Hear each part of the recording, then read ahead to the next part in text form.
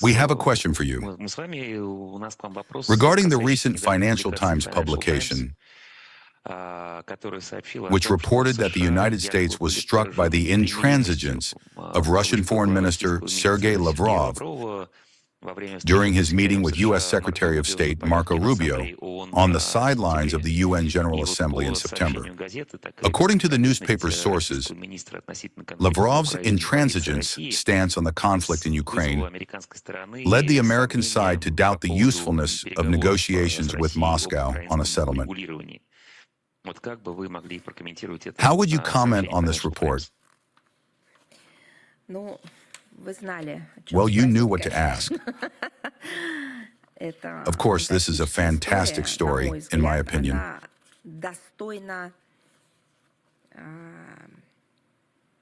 It's worthy of Agatha Christie's works. If this article had been published in her time, in Agatha Christie's time, then this, in my opinion, it could have served as a reason to write yet another detective novel titled A Purely English Article. Let's sort it out. The Financial Times is a British publication. Of course, it has an international component and an extensive network of correspondents and special reporters with various funding sources.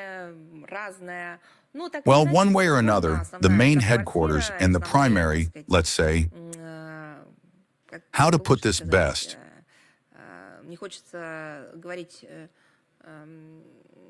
I don't want to say the tentacles of an octopus, but rather the intellectual power is undoubtedly London.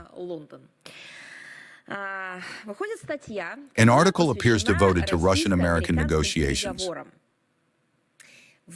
This article contains references. This British article contains references to certain sources allegedly familiar with the course of talks between Russia and the United States. Who could, in fact, be truly familiar, first and foremost, with the progress of the negotiations? Either representatives of the Russian Federation, the article obviously has an anti-Russian undertone, or representatives of the United States. Could there be an anti-Russian undertone coming from sources within the current American elites? Undoubtedly, yes. There are various kinds of sources there. Could these be sources who are actually familiar with the situation?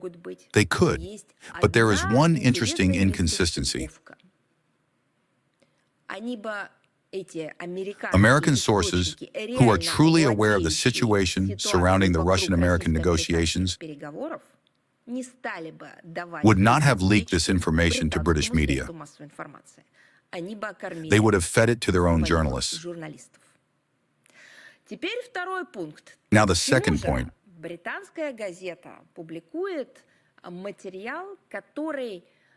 Why does a British newspaper publish material that not only savors the topic of Russian-American problems as they present them, but literally announces it?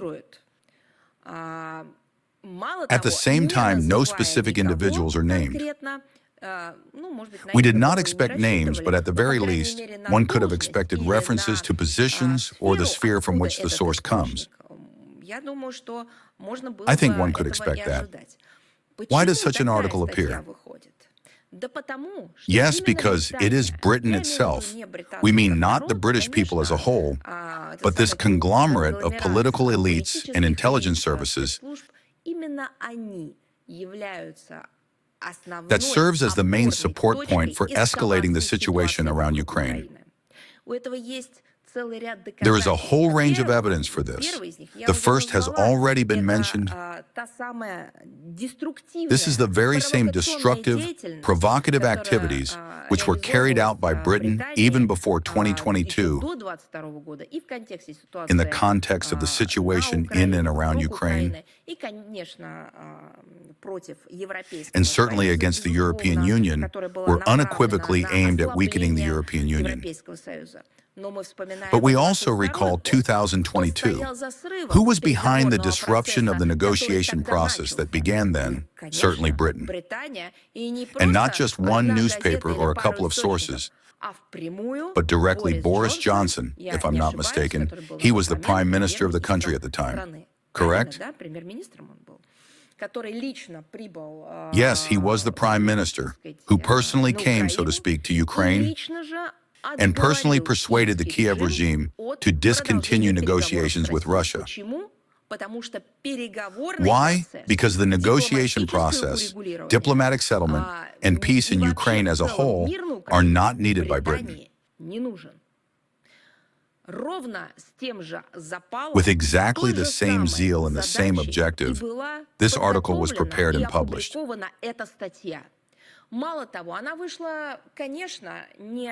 Moreover, it appeared, of course, not just to gather likes or the number of views of this material on the Financial Times online platforms. It was needed so that ripples could later be launched from this publication,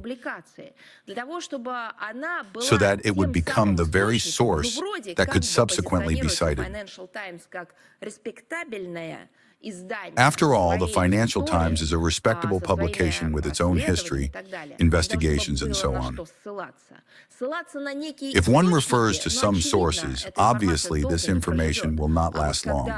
But when it is legalized, processed, and laundered through such a publication, then it will be cited. Just look at how this topic has already started to spread further. Therefore, the commentary should not focus on what is written in this article. The commentary should address yet another element of an information campaign, which is part of the hybrid war unleashed by the collective West. Its Anglo-Saxon engine, within which Ukraine is used as an instrument.